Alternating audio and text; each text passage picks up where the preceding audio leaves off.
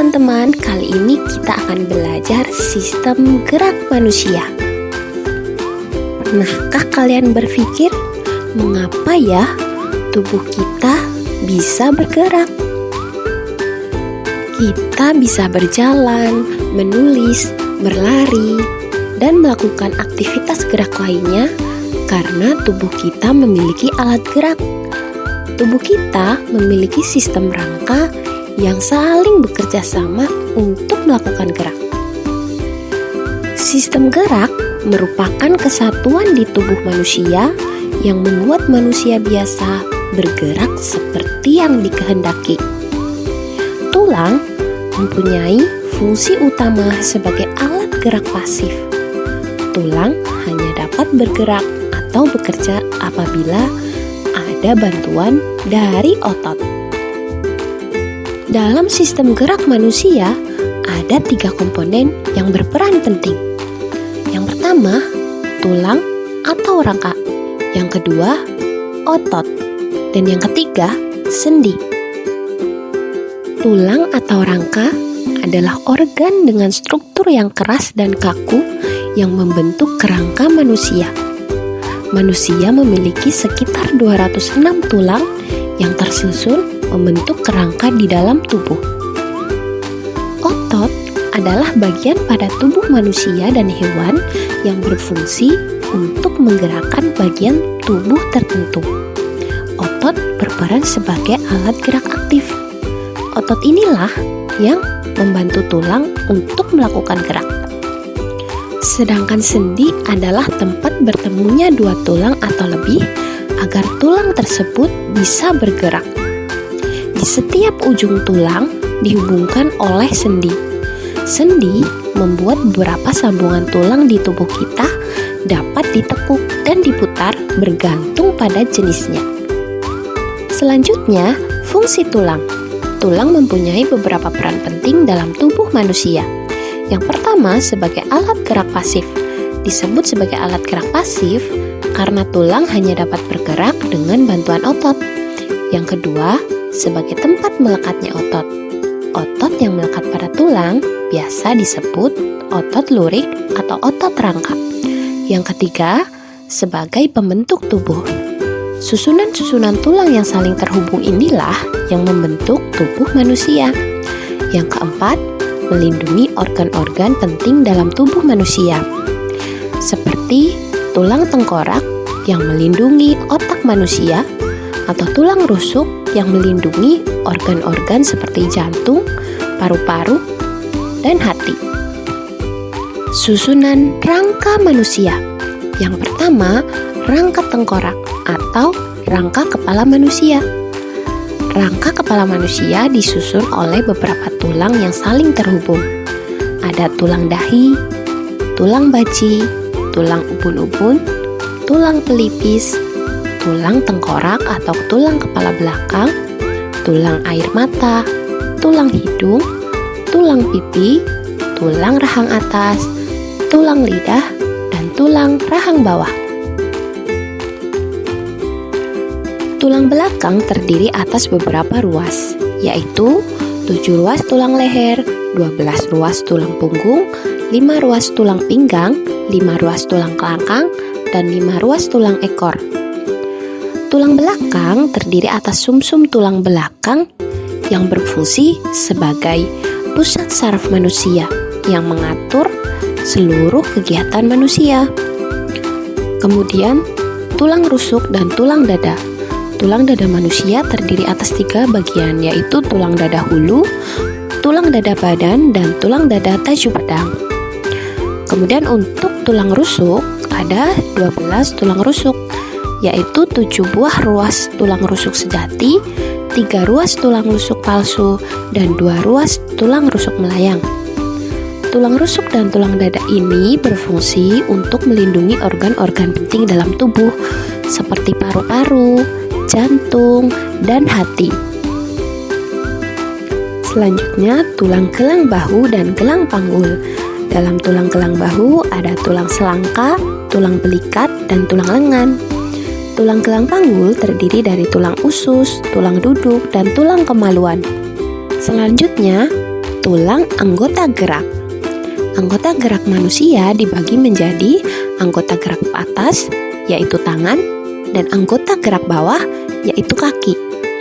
Anggota gerak atas terdiri atas tulang lengan atas, tulang pengumpil, tulang hasta, tulang pergelangan tangan, tulang telapak tangan, dan tulang jari-jari tangan.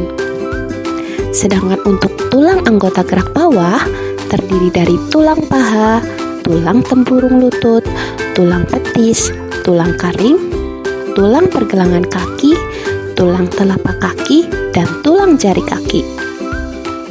Kemudian, otot. Otot mempunyai beberapa sifat dalam pergerakannya. Sifat otot terbagi menjadi kontraktilitas, ekstensibilitas, dan elastisitas. Kontraktilitas artinya otot bisa memendek ketika berkontraksi. Sedangkan ekstensibilitas, otot bisa memanjang ketika relaksasi. Dan elastisitas, otot bisa kembali ke ukuran semula. Jenis-jenis otot. Otot terdiri atas 3 jenis, yaitu otot lurik, otot polos, dan otot jantung. Yang pertama, otot lurik. Otot lurik berbentuk seperti serabut, seperti kabel. Sering digunakan saat kita beraktivitas sehari-hari dan menempel pada rangka serta dapat dikembalikan secara sadar. Saat kita mengangkat benda, otot ini akan berkontraksi dan membuat kita mampu mengangkat benda. Saat mengunyah, otot rangka pada bagian rahang akan berkontraksi dan menyebabkan rahang bergerak.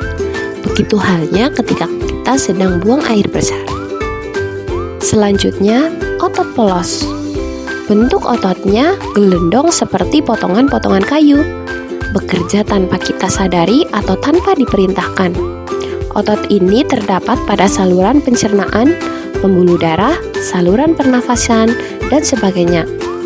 Saat bernafas, otot diafragma dapat mengembang atau mengempis secara otomatis tanpa kita perintahkan. Yang ketiga, otot jantung. Otot ini bentuknya serabut dan membentuk anyaman antara serabut yang satu dan serabut lainnya. Hanya terdapat di dinding jantung. Bekerja tanpa kita sadari dan tanpa diperintahkan. Saat tidur, makan, atau belajar, otot jantung tetap memompa darah ke seluruh tubuh. Otot jantung selalu bekerja terus-menerus tanpa berhenti. Alat gerak selanjutnya adalah sendi. Tahukah kalian, gerak kita bisa lentur karena adanya sendi? Coba kalian bayangkan, jika jari-jari tangan dan kaki kita tidak mempunyai sendi, dapatkah tubuh kita berjalan dengan lentur? Akankah tangan dapat menggenggam dengan baik? Tanpa adanya sendi, badan akan kaku dan tidak bisa digerakkan dengan mudah, seperti boneka kayu atau wayang yang dimainkan oleh dalang. Karena sendilah kita dapat bergerak dengan leluasa. Adapun sendi berdasarkan geraknya terdiri dari 3 jenis, yaitu sendi sinartrosis, sendi amfiartrosis, dan sendi diartrosis. Sendi sinartrosis atau sendi mati atau dikenal juga dengan sendi fibrosa, yaitu sendi yang menghubungkan 2 tulang atau lebih yang tidak menimbulkan pergerakan. Contohnya sendi antar tulang tengkorak yang disebut sutura dan sendi penghubung gigi dan tengkorak yang disebut komposis. Sendi amfiartrosis atau sendi kaku yaitu sendi yang memungkinkan pergerakan walaupun sifatnya terbatas. Contohnya sendi pada ruas tulang belakang dan simfisis pubis pada pinggul. Sendi diartrosis atau sendi gerak atau dikenal dengan sendi sinoval yaitu sendi yang dapat digerakkan. Contohnya sendi pada bahu dan otot. Berdasarkan arah geraknya, sendi dibagi menjadi beberapa jenis. Yang pertama, sendi putar, yaitu sendi yang memungkinkan satu tulang dapat melakukan putaran terhadap tulang lain. Contohnya, yang terdapat di antara tulang leher dan tulang tengkorak, seperti saat kalian memutar kepala. Yang kedua, sendi engsel, atau sendi yang memungkinkan tulang bergerak menyerupai gerakan pintu dan bersifat satu arah, hanya dapat diluruskan atau ditekuk. Contohnya, sendi pada lutut dan siku. Yang ketiga, sendi geser, yaitu sendi yang memungkinkan pergerakan tulang yang menggeser tulang yang lain. Contohnya, sendi yang menghubungkan tulang-tulang di pergelangan tangan dan sendi. Yang keempat, sendi kulung, yaitu sendi yang punya gerakan dua arah, bisa depan, belakang, atau kanan kiri. Contohnya, sendi pada tulang rahang kalian. Yang kelima, sendi pelana, yaitu sendi yang dapat memberikan gerakan dua arah. Contohnya, sendi penghubung tulang pergelangan tangan dengan pangkal dari tulang ibu jari. Yang keenam, sendi peluru atau jenis sendi yang berbentuk seperti peluru, yaitu peluru yang memungkinkan bagian tubuh kita bergerak ke segala arah dan memutar. Contohnya adalah sendi di bagian pinggul yang menyatukan tulang panggul dengan tulang paha, sendi pada bahu yang menghubungkan tulang belikat dengan tulang lengan. Ini gambar dari sendi-sendi tersebut. Ada sendi putar, sendi pelana, sendi geser, sendi engsel, sendi gulung, dan sendi peluru. Lalu, apakah tubuh kita bergerak setiap saat? Jawabannya iya. Ada beberapa gerakan tubuh yang selalu bergerak walaupun kita tidak sadar. Misalnya, gerakan kecil pada mata kita, gerakan saluran pencernaan, saluran pernafasan, dan gerakan jantung kita yang selalu bergerak setiap saat tanpa berhenti. Nah, demikianlah materi tentang sistem gerak manusia. Sampai bertemu pada materi selanjutnya.